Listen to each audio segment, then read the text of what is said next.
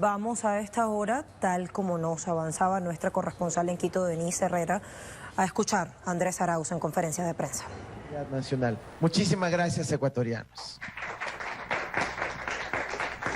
Vale mencionar que en el caso del binomio hemos ganado con más de 1 millón de votos de diferencia frente a los que están disputando el segundo lugar y hemos logrado más de 50 asambleístas en la Asamblea Nacional, 50 curules, lo que evidentemente vuelve a ratificar que somos la primera y principal fuerza política del territorio ecuatoriano. Así que estamos contentos por esta presencia, por este triunfo, de haberse mantenido el método de D'Hondt por sobre el Webster. La victoria hubiera sido muchísimo mayor. En todo caso, tenemos el principal bloque de asambleístas en la futura Asamblea Nacional, con expectativas a que pueda crecer un poquito más en función de las actas que están pendientes. Así que estamos muy contentos con estos resultados y, como lo dije antes, asumimos este desafío hacia las necesidades del pueblo ecuatoriano, hacia la dinámica que requiere el siglo XXI, una acción política mucho más innovadora, mucho más dinámica, mucho más rápida, eficiente, que permita solucionar los problemas de forma urgente que tiene el pueblo ecuatoriano. Un elemento adicional que yo quisiera recalcar es que los resultados del 7 de febrero nos demuestran de que aproximadamente el 70% del Ecuador optó por opciones vinculadas a la justicia social y a la prosperidad, en donde se busca, a través de un gran bloque que representan el progresismo, la unidad plurinacional y la socialdemocracia, plantear un proyecto de país que supere las malas prácticas del neoliberalismo bancario al que nos ha venido acostumbrando el gobierno de Lenín Moreno. Yo creo que el 7 de febrero el país, el Ecuador, tuvo una victoria popular que se refleja por este gran consenso amplio, con 70% de la población votante optando por esta gran coalición, este gran bloque histórico que representan el progresismo, la unidad plurinacional y la socialdemocracia en el Ecuador. Esto es muy importante y demuestra de que la gran mayoría del país no quiere seguir por la ruta del neoliberalismo, no quiere seguir por la ruta de la bancocracia, no quiere seguir privilegiando los intereses de unos pocos en desmedro de las grandes mayorías. Un tercer elemento clave que es importante comunicar es que hacemos un llamado a todos los actores políticos involucrados en este proceso electoral, que tengamos paciencia, que actuemos con prudencia. Hacemos un llamado a la no violencia, a mantener la situación en paz y que todos los elementos que quedan pendientes por resolverse en materia electoral se realicen de conformidad con el Código de la Democracia y los mecanismos institucionales previstos. Así que estamos totalmente abiertos a colaborar en que este proceso se siga llevando adelante y que se lo haga con la máxima transparencia del caso, respetando la voluntad popular. Muchas personas me han preguntado con quién preferimos participar en esta segunda vuelta. Nosotros preferimos participar en la segunda vuelta con quien el pueblo ecuatoriano haya decidido, con quien el pueblo ecuatoriano decida que tengamos que participar en esa segunda vuelta, y damos la bienvenida a esa segunda vuelta, que será una discusión, un intercambio de propuestas, un intercambio de ideas que beneficien a nuestro país, y estamos absolutamente dispuestos a entrar en esa gran discusión que requiere el país para dar soluciones urgentes alrededor de la crisis económica y sanitaria que está viviendo el Ecuador, y posteriormente la implementación del programa contemplado en la Constitución del Buen Vivir, en la Constitución del Montecristi. Creo que esto es ya un consenso nacional y aspiramos a que podamos seguirlo implementando con todos los actores involucrados. Quisiera hacer llamado también a la unidad del futuro, Es momento de dejar de hablar del pasado.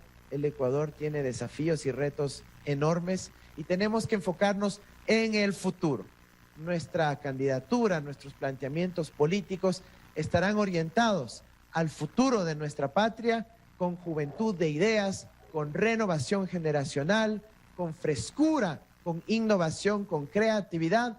Vamos a encontrar soluciones, vamos a plantear propuestas y vamos a lograr acuerdos por el bien de nuestra patria. Ese es mi compromiso y de todo el equipo de La Esperanza. Un cuarto punto que yo quisiera comunicar tiene que ver con la conformación de la Asamblea Nacional y los retos y desafíos que tenemos pendientes ahí.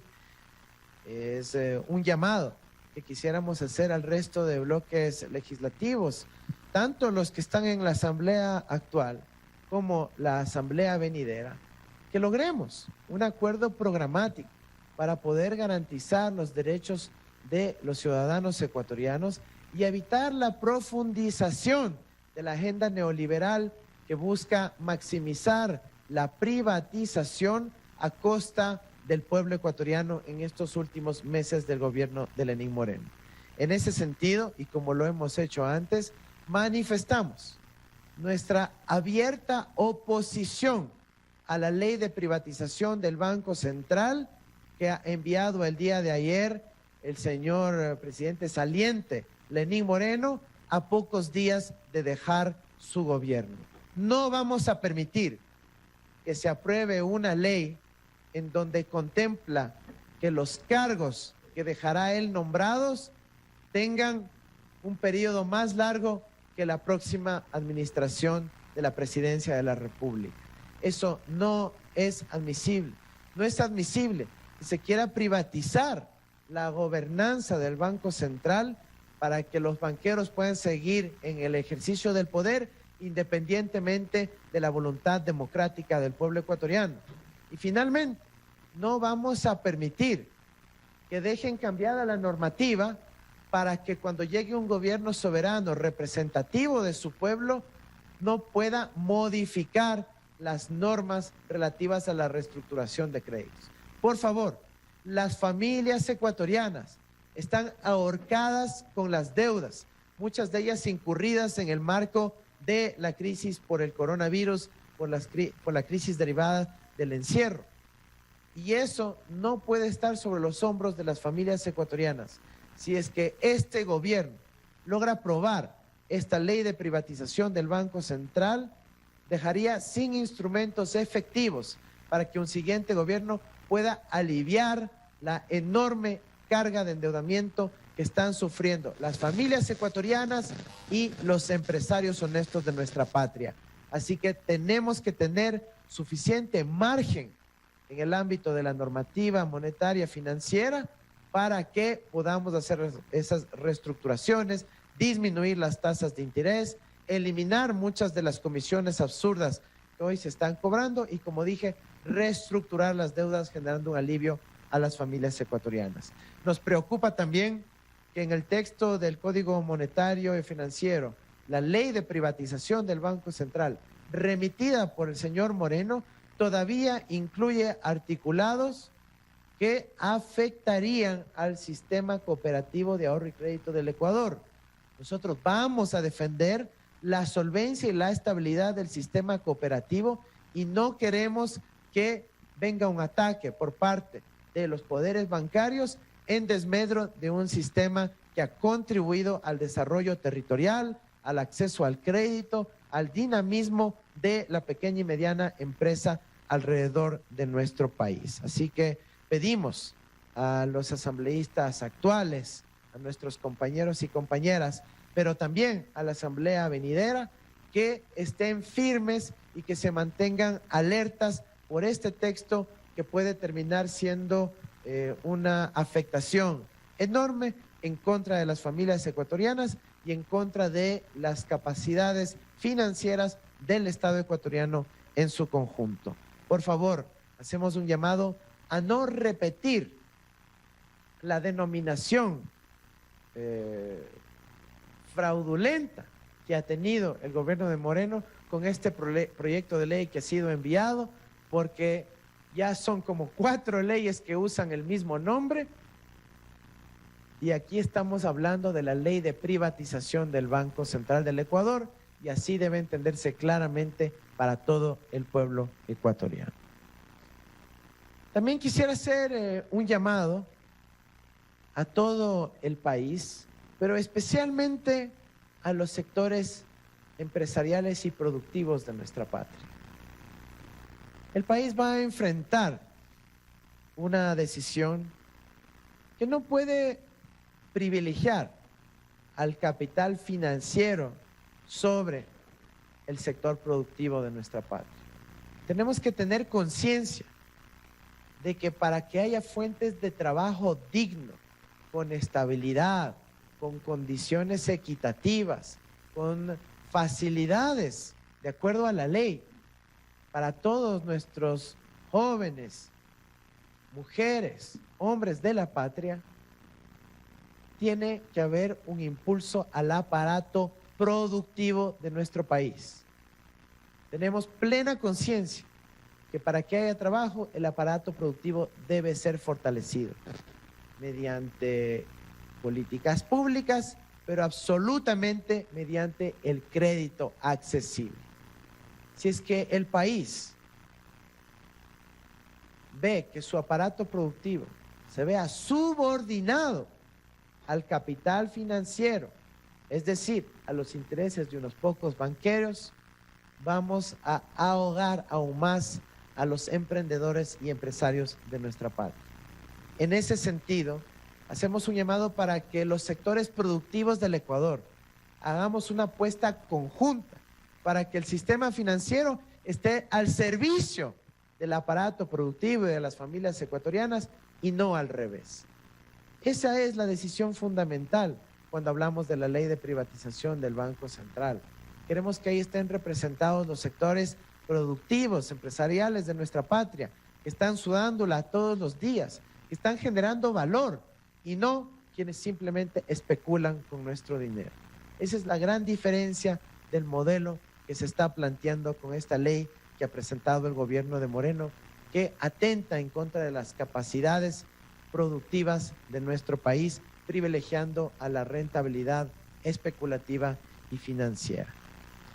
Para el capital productivo y en línea con nuestra propuesta de traer más dólares al Ecuador, hemos hecho ya la propuesta, pero ahora la hacemos con más contundencia y más fuerza, de el contrato de certidumbre económica.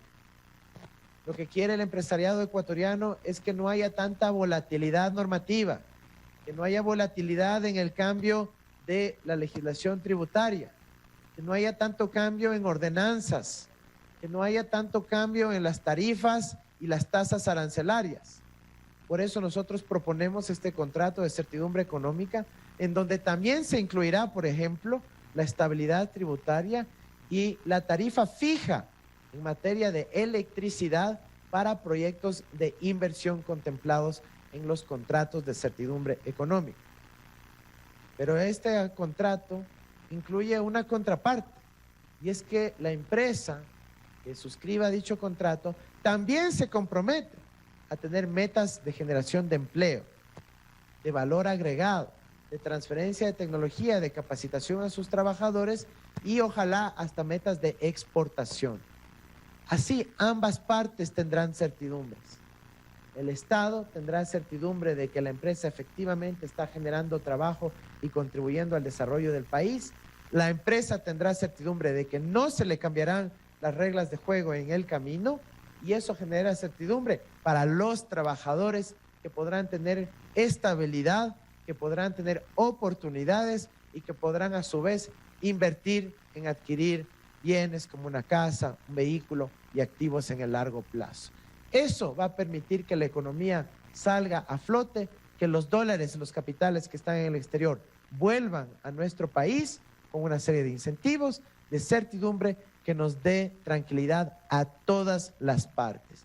Esa es una apuesta fundamental que, junto a la certidumbre que nos da el fortalecimiento de la dolarización, con la entrada de dólares desde el exterior a nuestro país, nos va a dar tranquilidad y estabilidad para el tiempo venidero en el gobierno del futuro, en el gobierno de la esperanza.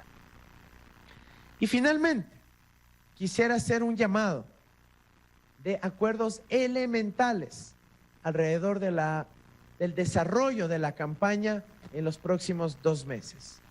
Queremos una campaña limpia, una campaña inclusiva que contemple a los jóvenes, a las mujeres, a los grupos vulnerables de nuestra sociedad, al empresariado comprometido con el desarrollo del país, a los ecuatorianos y a las ecuatorianas de las distintas regiones, a los pueblos y nacionalidades indígenas, al pueblo afro y al pueblo montubio, que estén involucrados en la campaña, que esta no sea una discusión simplemente entre 2 personas o entre grupos de élite, sino que sea una campaña inclusiva que contemple todas estas preocupaciones de los distintos sectores de nuestra sociedad y que sea una campaña que se base en propuestas.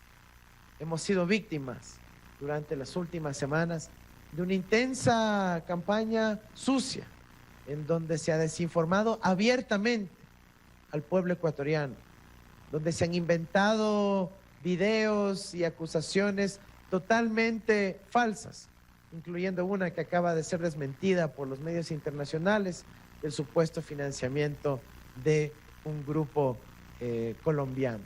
Eso nosotros no lo vamos a aceptar, rechazamos categóricamente la campaña sucia y peor aún, cuando noticias falsas logran penetrarse como si fueran noticias auténticas en los medios de comunicación. Hacemos un llamado a que actuemos con responsabilidad. Aquí estamos hablando del destino de la patria y nosotros estamos totalmente dispuestos a lograr acuerdos sobre la base de la ética pública alrededor de los contenidos que debemos discutir en esta campaña para la segunda vuelta presidencial en el Ecuador. Estos eran los anuncios principales. Comparto nuevamente la alegría que tenemos por este bloque importantísimo en la Asamblea Nacional. Hacemos un llamado a la unidad de todo el pueblo ecuatoriano, pero especialmente a este segmento amplio, progresista, de justicia social, de prosperidad, que está reflejado tanto en la votación de la ciudadanía como en la composición de la futura asamblea. Estamos contentos por los resultados y, insisto, hacemos un llamado a que el proceso se siga llevando sin violencia, en paz, de forma absolutamente pacífica y que podamos tener pronto los resultados de la segunda vuelta. Mientras tanto, nosotros vamos a dedicarnos a conversar con la ciudadanía, a buscar los puentes que se requieren para que logremos construir este país del futuro y enfocarnos en las necesidades concretas del pueblo ecuatoriano en materia de enfrentar la crisis económica y sanitaria que vivimos y la profundización del programa establecido ya en la Constitución vigente en nuestro país. Muchísimas gracias y quedo atento a sus inquietudes. Muchas gracias a las palabras del economista Andrés Arauz, candidato presidencial, triunfador de la primera vuelta por la Revolución Ciudadana, lista 1. Vamos a proceder a la ronda de preguntas. La mecánica será la siguiente, compañeros, colegas. Vamos a tener preguntas de los medios de comunicación presentes en este momento y vamos a intercalar con las preguntas que se van formulando vía Zoom. Les solicitamos mantenerse en sus lugares, no ponerse de pie, puesto que se encuentran las cámaras dispuestas en la parte de atrás, y presentarse, formular su pregunta de la manera más rápida posible. Comenzamos desde la pregunta formulada desde presencial. Por favor, Alejandro Álvarez estará acercando al compañero que solicite el micrófono.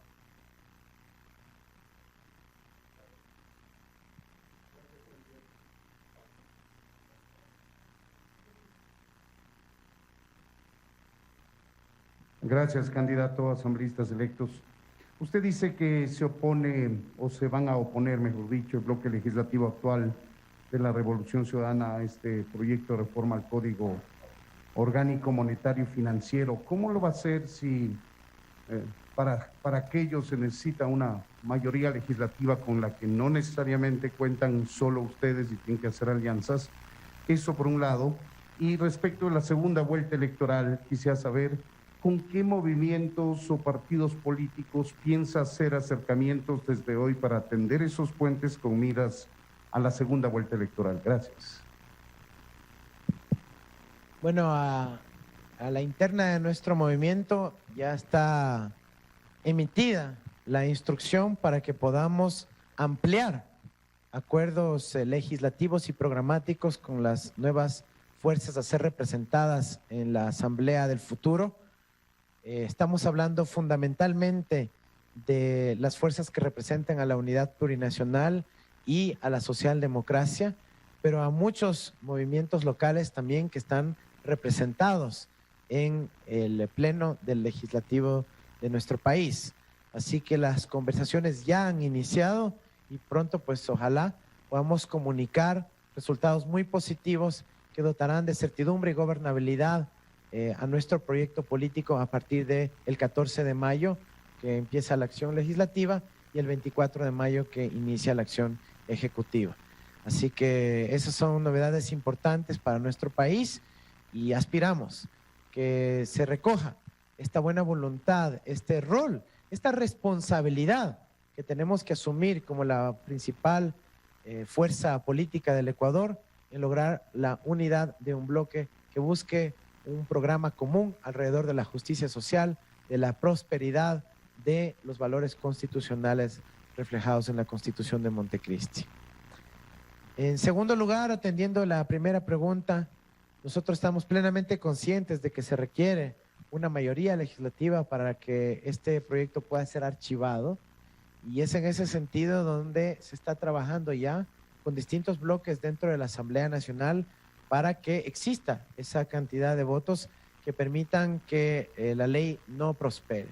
Recordemos que un texto idéntico ya fue presentado en noviembre del 2019 y la Asamblea Nacional ya archivó el texto idéntico respecto a la privatización del Banco Central en su momento. Así que creemos que hay condiciones en la Asamblea y condiciones históricas, además, para que esto no prospere ahí en la Asamblea actual. Hacemos un llamado a todas las fuerzas legislativas de la Asamblea Nacional vigente de que pongan atención a los contenidos de ese texto e impidan que pueda ser procesado por la Asamblea actual, ya que si es que inclusive contempla modificaciones a través del veto presidencial, van a insistir en el texto original, que es de privatización del Banco Central del Ecuador. También hacemos un llamado a recordar por qué justamente esto fue archivado en noviembre del 2019 y recordar que estamos en una situación peor que en ese caso, donde hemos visto un aumento de la morosidad de la cartera, de la situación del sistema financiero ecuatoriano, y no podemos abrir las puertas a un proyecto de ley que le da superpoderes a una junta y a un directorio del Banco Central que permitiría un nuevo salvataje. No podemos permitir eso, tenemos que archivar la ley de privatización del Banco Central. Tenemos la siguiente pregunta de forma telemática. Nos saluda Agustina Bordigioni, ella es representante del diario La República y los seminarios La Opinión y La Voz de Sud de Argentina. Te escuchamos, Agustina. Hola, buenos días. Sí, mi pregunta está vinculada con el contexto de la pandemia. En el caso de resultar vencedor en abril, ¿qué considera que se ha hecho mal en el país hasta ahora y cuáles serían sus primeras medidas a tomar? El Ecuador tiene la tasa de mortalidad en exceso más alta del mundo después del Perú. Eso refleja muchas cosas. Evidentemente, cómo ha prevalecido la muerte en nuestro país ante una política gubernamental del sálvese quien pueda. Refleja que los datos de mortalidad en exceso no coinciden con los datos de fallecimientos por COVID, por la falta de testeo. El Ecuador también tiene el índice de pruebas PCR en proporción a su población más bajo de la región. Eso también es muy cuestionable y demuestra la incompetencia y negligencia del gobierno actual respecto al manejo de la pandemia. Pero adicionalmente hemos visto la poca gestión alrededor del acceso a la vacuna, de apenas 4.000 vacunas que llegaron, 8.000 dosis, que tristemente fueron concentradas en la élite política de nuestro país, sus familiares, y en no atender al personal de primera línea que efectivamente lo requiere con urgencia. Así que nosotros creemos que la emergencia sanitaria que vive el Ecuador requiere una política proactiva, contundente, en términos del acceso a la vacuna. Nosotros hemos adelantado gestiones con la Argentina para garantizar la dotación de 4.4 millones de dosis para nuestro país por parte de la empresa AstraZeneca que produce las vacunas en Argentina y es exportada con autorización del gobierno argentino, pero además estamos a puertas de poder anunciar preacuerdos con el gobierno de Rusia para el acceso a la Sputnik V. También por millones de dosis disponible para nuestro país. Asimismo, estamos adelantando gestiones con otros países que comunicaré en su momento, que también tienen otras vacunas desarrolladas alrededor del mundo y que han sido ya aprobadas para su distribución alrededor del planeta. Pero la vacuna no se pone sola. Se requiere un sistema de salud pública fortalecido. Y en medio de la pandemia y el año inmediatamente anterior, el gobierno despidió más de 6.000 profesionales del sistema de salud pública. Nosotros vamos a revertir esa decisión. Vamos a retomar un sistema de salud pública ampliamente desconcentrado, con garantía en la dotación de dispositivos médicos y de medicina, y con el sistema de referencias y contrarreferencias funcionando. Pero además de reincorporar a las 6.000 personas despedidas, los estudios nos demuestran que se necesitan aproximadamente 6.000 adicionales en el corto plazo, incluyendo aproximadamente 2.000 inmediatamente para técnicos de atención primaria en salud. Otros tendrán que ser formados porque hay una insuficiente cantidad de TAPS en el Ecuador y tendrán que ser incorporados más adelante. Así que los retos que tiene nuestro sistema de salud pública para atender las consecuencias de la pandemia son amplios, grandes, contundentes y estamos plenamente dispuestos a asumir estos desafíos. Un elemento adicional tiene que ver con los problemas de salud mental que están aumentando en nuestro país y que tienen como consecuencia los aumentos en los índices de violencia intrafamiliar y de conflictividad dentro de nuestra sociedad. Hemos visto, por ejemplo, un aumento triste en el nivel de suicidios en el Ecuador en el contexto de la pandemia. Por ende, la salud mental será también uno de los ejes de intervención prioritaria para poder combatir los efectos de la que hoy incluso se llama sindemia, ¿no? La pandemia del virus y la pandemia de la salud mental se juntan en esta sindemia que está viviendo el planeta y, por supuesto, los países de nuestra América Latina. Muy bien, vamos a dar paso a una nueva pregunta que se realiza por parte de un medio radial presencial. Adelante. Señor Arauz, buenos días. Varias preguntas de lo que usted ha desarrollado esta mañana aquí. El líder de su partido dice que prefiere al señor Lasso. Usted ha dicho que cualquiera de los que salga elegido para esta segunda vuelta. Ha hablado de recursos que van a llegar. ¿Esos recursos de dónde vendrán? ¿Del FMI, de la China? ¿De dónde vendrán esos recursos? Usted ha hablado de acuerdos progresistas y socialdemócratas. ¿Con quiénes va a acordar?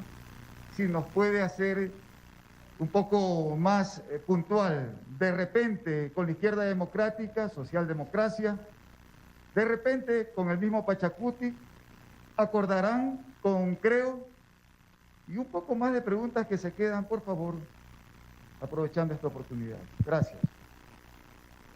Gracias. A ver, comencemos por la pregunta sobre los recursos económicos.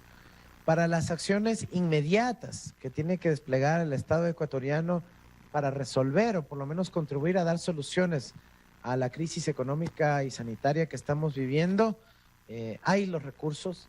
Tenemos en liquidez disponible como Estado ecuatoriano más de 8.000 millones de dólares en el Banco de Basilea, en Suiza, y esos recursos serán apalancados para contribuir al financiamiento estatal y asumir los desafíos urgentes que tiene la familia ecuatoriana, tanto en materia económica como en materia de salud. Eso es como financiaremos los recursos inmediatos. Sin embargo, de forma inmediata, en el mediano plazo, tenemos que lograr recursos a partir del cierre de la evasión tributaria, el cierre de la brecha de evasión tributaria. Se estima por parte de la CEPAL que el Ecuador puede rápidamente recaudar alrededor de 2.5 puntos porcentuales del PIB de evasión tributaria que se puede cerrar rápidamente con mejoras en los controles, con ciertas reformas puntuales que permiten que grandes grupos económicos no contribuyan su parte a el desarrollo nacional. Así que de ahí provendrán los recursos también. Y si es que sobre la base de nuestro programa económico, que implica la garantía de las condiciones de dignidad del pueblo ecuatoriano y además un despliegue de infraestructura, de inversión pública, de retomar el rol del Estado y de la empresa privada en la inversión productiva de nuestro país, si a ese programa se suman organismos internacionales de crédito, países amigos que quieran financiar, pues bienvenido sea ese financiamiento. Pero nosotros no nos vamos a someter a condiciones ya pactadas con el gobierno de Moreno, que lo único que harían es perjudicar la estabilidad y tranquilidad de las familias ecuatorianas. Sobre la candidatura para segunda vuelta, nosotros enfrentaremos esa segunda vuelta con quien el pueblo ecuatoriano decida. Nosotros más bien queremos que rápidamente el CNE avance en el escrutinio total y en el cómputo total de las actas que quedan con novedades. Así que nosotros no tenemos por qué imponer ni manifestar nuestros deseos cuando es el pueblo ecuatoriano el que ya ha decidido, y ahora simplemente lo que falta es que el CNE anuncie los resultados de la voluntad del pueblo ecuatoriano. Y finalmente, sobre los acuerdos. Sí, las entidades que usted ha mencionado son las que representan a la unidad plurinacional y a la socialdemocracia y también a muchos movimientos locales que comparten esos principios, pues son compañeros que incluso han compartido el proyecto político en el pasado y que tenemos plenas coincidencias de cómo avanzar en el desarrollo del país y en los retos de enfrentar la crisis sanitaria y económica que estamos viviendo. Así que yo creo que hay muchas posibilidades de concertar acuerdos en la nueva Asamblea Nacional y es nuestra responsabilidad como bloque mayoritario y como principal fuerza política del país de lograr esos acuerdos por el bien del Ecuador. Gracias. Sí, ya mencioné que son esos los partidos y organizaciones políticas que representan a la socialdemocracia y la unidad plurinacional en el país. Muy bien, agradecemos la pregunta de Enrique Alcíbar. El siguiente colega en formular su pregunta presencial es Francisco Garcés, representando a Ecuavisa. Adelante, Francisco. Buenos días con todos, candidato Arauz.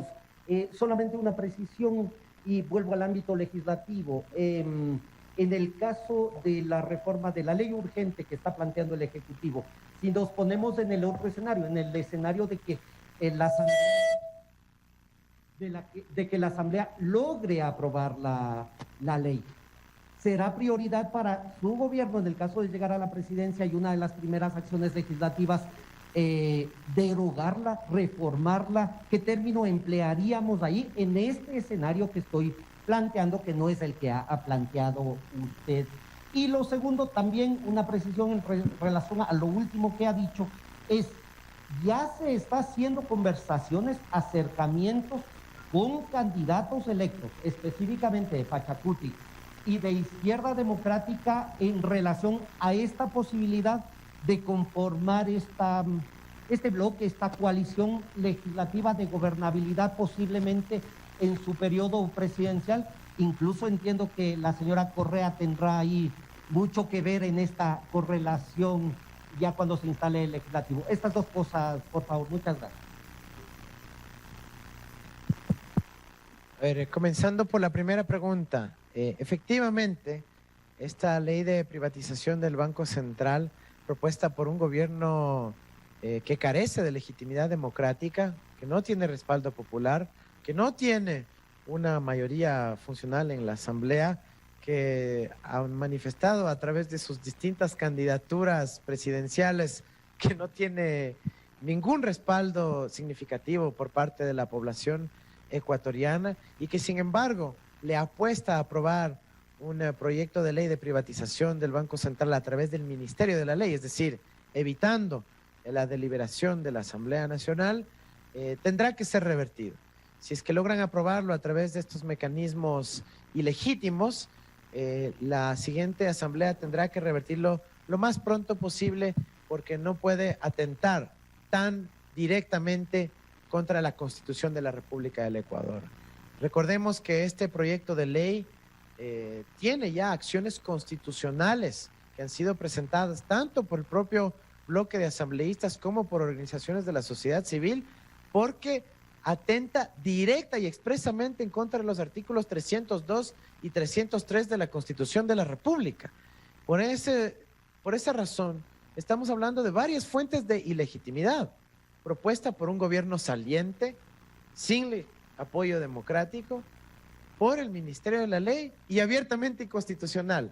Eso tendrá que ser derogado apenas lleguemos a la Asamblea Nacional. Y en segundo lugar, yo voy a dar la palabra a la asambleísta electa Pierina Correa, pero efectivamente, nosotros, no solo desde ahora, sino desde antes, hemos tenido conversaciones con distintos segmentos de nuestra sociedad, con distintas candidaturas para poder construir desde antes las perspectivas de un bloque que permita dar gobernabilidad a nuestro país, que permita dar soluciones al pueblo ecuatoriano. Así que nosotros no estamos enfocados en rencillas del pasado, ni en obsesiones del pasado. Nosotros le estamos apostando al futuro del Ecuador y esa es la línea con la cual estamos entablando las conversaciones con los distintos bloques, con los distintos asambleístas electos o muy probablemente electos con información que tengamos de los siguientes días. Irina, si gustas complementar aquello, por favor. Gracias, Andrés. Muy buenos días a todos y me sumo al agradecimiento. Ahí escuchábamos al candidato de la Unión por la Esperanza UNES, Andrés Arauz Galarza, junto a su equipo de trabajo, compañeros de militancia, dando esta conferencia de prensa a medios nacionales e internacionales a unas 36 horas de haber culminado el proceso electoral del pasado 7 de febrero, que deja como desenlace que habrá un balotaje pautado para el próximo 11 de abril. Entre otras cosas decía, como puntos gruesos, ganamos por más de 1 millón de votos, la gran mayoría del país no quiere ir por la senda del neoliberalismo y la bancocracia, eso se reflejó en urnas. Reitera su llamado a la no violencia, el mismo que hacía poco después de conocerse los primeros resultados que daba vía conteo rápido, el Consejo Nacional Electoral. Asegura que está ganado a la idea de participar en la segunda vuelta porque así lo decidió el pueblo, porque esa es la voluntad soberana y porque eso nos dará mayor legitimidad, mayor legitimación. Estamos dispuestos a entrar a esa gran discusión que requiere el país para dar soluciones urgentes a la crisis sanitaria en primer término que está viviendo el Ecuador y bueno, abundar en esa idea, en ese proyecto país que tiene, que es el programa del vivir bien, de la revolución ciudadana. Llamado a la unidad del futuro, hacía también, es momento de dejar de hablar del pasado.